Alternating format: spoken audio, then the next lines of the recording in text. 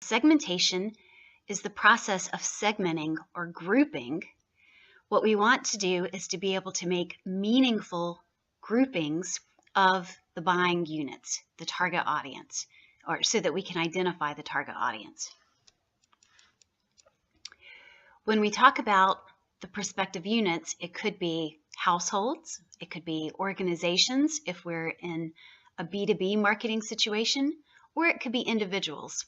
Oftentimes when I'm talking about segmentation, I'll use the term individuals, but just keep in mind that it could be any type of unit that we are considering selling to. And why do we segment? Well, we segment because segmentation is a strategic trade-off between the efficiency of treating everyone the same and the effectiveness of treating everyone differently. Now let's think about that a little bit. If we offered only one offer in the market, we would be very efficient in creating and delivering that market, but we would only make the customers happy who wanted exactly what we brought to market. On the other hand, if we made a custom offer for every single possible prospect, exactly what they wanted, we would have great satisfaction with them. We would be very effective in meeting those customers' needs, but we would be very inefficient. So when we segment, we are trading off between the efficiency of treating everyone the same and the effectiveness of treating everyone differently. In essence, what we do is to put all of the people who are alike into the same group or segment, and then we design an offer for them. That way, we can still achieve our effectiveness goals, even though we only have the same number of offers as we have the number of target segments. So we know that it's a good idea to take our total available market, as we talked about on Thursday, and to group or segment that total available market into meaningful groups so that we can better design an offer that's relevant for those groups. But how do we go about grouping people or buying units together? Well, there are 5 categories of variables that marketers typically use in order to form the basis of their segmentation approaches. These 5 segmentation bases are categorical variables, or oftentimes called demographic variables, psychographic variables, geographic variables, behavioral variables, and benefits sought. Categorical variables or demographic variables are any sort of factual categorical variable that describes the characteristics about the buying unit. For instance, common demographic variables that marketers might use include income, age, gender, size of household, family life cycle, educational status, occupational status, race and ethnicity. There are many of these types of variables. What's important to remember, though, is that marketers use these variables because this data is fairly accessible and inexpensive to acquire. The data in and of itself doesn't really explain to us why people want what they want, but they allow us to make good guesses about what they might want. The second category is psychographic variables. Sometimes this category is referred to as lifestyle variables or as AIO variables. AIO stands for attitudes, interests, and opinions. Again, attitudes, interests, and opinions. So anything that describes the psychological background of customer groups would go into the psychographic category. Knowing things about people's hobbies, how they feel about politics or religion or interests like environmental sustainability and so on, all of these things could be part of the psychographic segmentation base. And again, this category doesn't necessarily help us understand the wants and needs of the customer group, but it does help us to understand their buying behavior overall and to understand how best to reach them with a communication strategy. For instance, it might let us know what magazines to advertise in or what websites they might be prone to visit. It can also help us making decisions for advertising, like what type of people to show in our ads.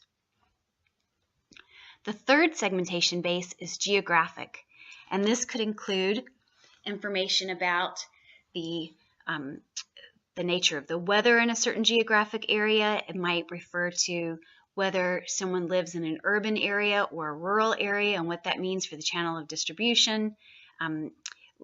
Anything that has a geographic context to it would fall into this base. The fourth segmentation base is behavioral. This means that we can group people based on their behaviors, and those behaviors might be relevant to the product category that we are marketing, or it might be other types of behaviors completely. For instance, it might be behaviors about how they shop or when they shop or whether they use a credit card, whether they shop online. So any type of behavioral information would go here.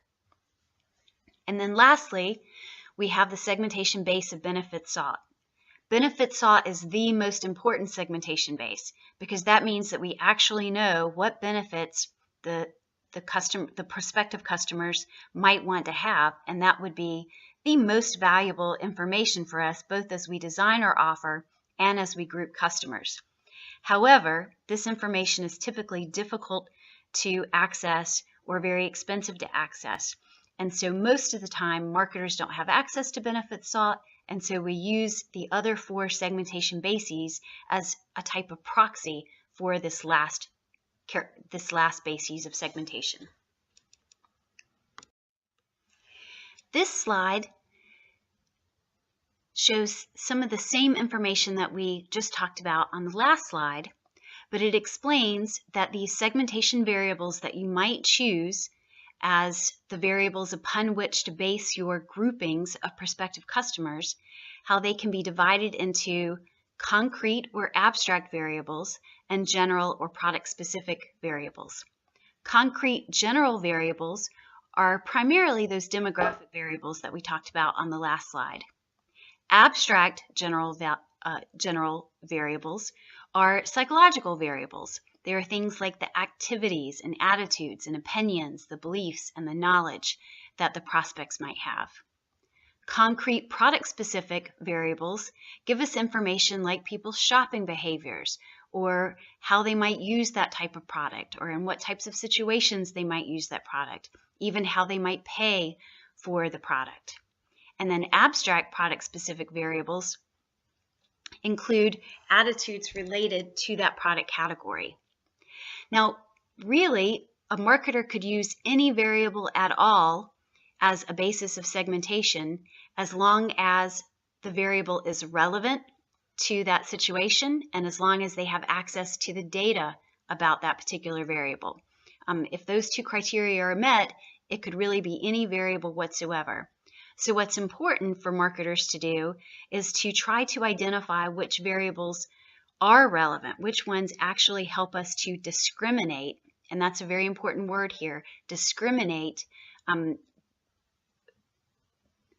based on that information so that we can group people in meaningful ways.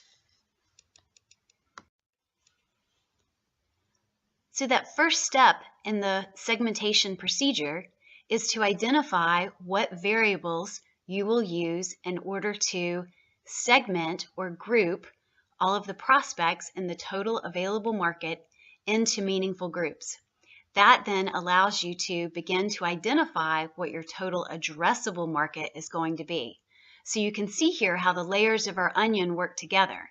We were first talking about the total available and total addressable markets back in our first layer of the onion framework that we're going through. And now you can see that it's relevant again here as we're talking about segmentation. Once you know what those variables are, you would be able to use a statistical program known as cluster analysis to cluster all of the people who are similar on the variables that you choose to use in this analysis. The cluster analysis would then identify the number of groups or segments that exist based on those variables. As the program identifies these clusters or groups, anyone inside a cluster would be similar within or homogeneous within, but they would be heterogeneous group to group. In other words, all of the people in group A would be alike, and all of the people in group B would be alike, but group A would be different from group B, and so on. This is the goal that we have of segmentation. When you run a segmentation analysis like this, it allows you to begin to develop a market structure. And on the slide here, I'm showing you a sample market structure from the cosmetics industry. And you can see the segmentation variables that have been used in this segmentation analysis and which form the basis of the market structure. So under cosmetics in general, we first made a segmentation based on gender. So we've divided females from males because we believe that the way males and females use cosmetics and beauty products would be different. Next, we've divided within that gender split based on the needs that someone might have for those beauty products. Notice that women have 5 need states while men only have 3 need states. And so this is why it was relevant for us to first divide based on gender. After that, we've made a division based on the quality being sought and the price point of that product. From there, you can see that just using this simple segmentation procedure with 4 variables helps us to begin to identify the specific nature of the offer that we will bring to market. It allows us to tell how we're going to distribute the product, and what types of outlets we're going to use, and what types of pricing that we would use. Depending upon the segmentation variables that we choose and the diversity of the total available market, the ultimate cluster analysis could be very detailed and complex. That can be the case even in products that are in the introduction stage of the product life cycle. On this slide, I have provided you a graphic of the segmentation structure for the market for wearable products known as wearables, things like the Apple Watch or Google Glass or Fitbit fitness trackers. And while most of the conversations have been about wearables that focus on health and fitness, you can see from this graphic that if we actually ran a full segmentation analysis of the market for wearables, it's really a pretty complex market. Here they have used the variables of gender, usage, hobbies and interests, attitudes, and even vertical industry to be able to identify the segments that exist for the wearable industry. Once we've used the segmentation procedure to produce all of the possible clusters or segments that could be grouped from our total available market, the next step is to identify which of those segments we want to target.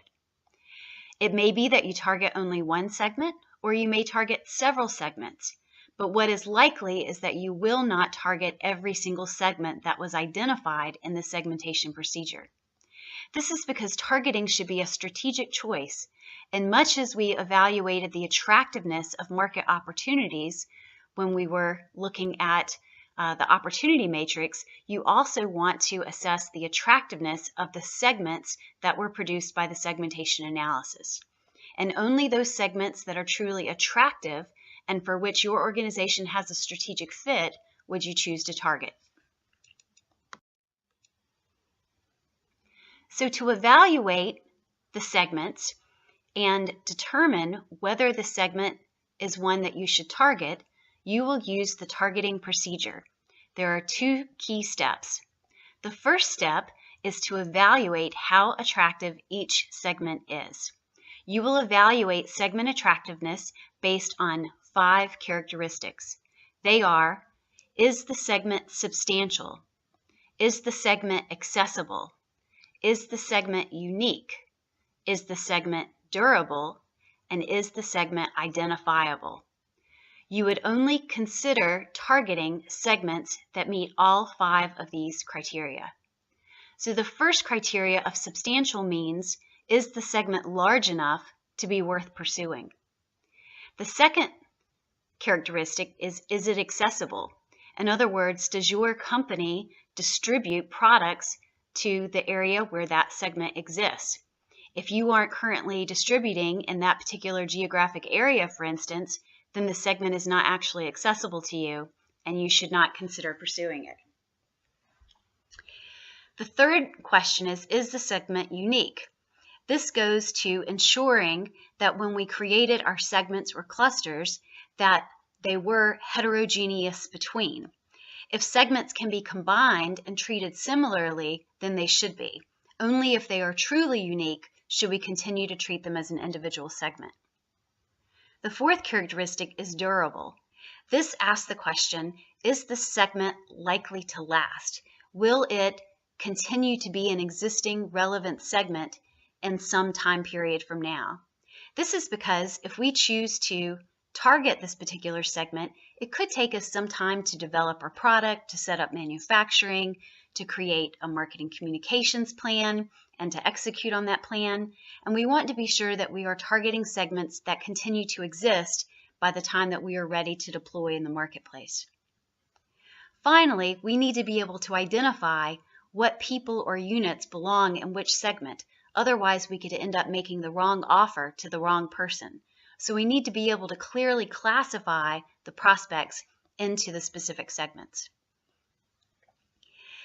For whatever segments are chosen as attractive based on step 1, we would then perform step 2. Step 2 is to assess whether the segment and the company are compatible.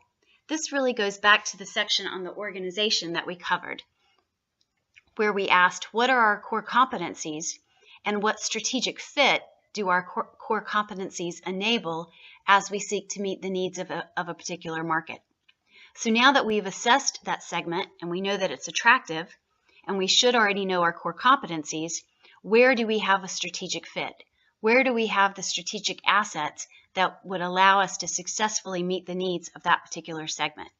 We only want to choose to target segments that are both attractive and with which we have this compatibility.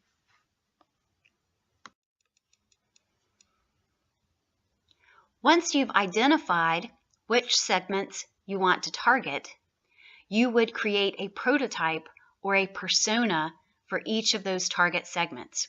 And on the slide now, I have an example of what that persona or prototype might look like.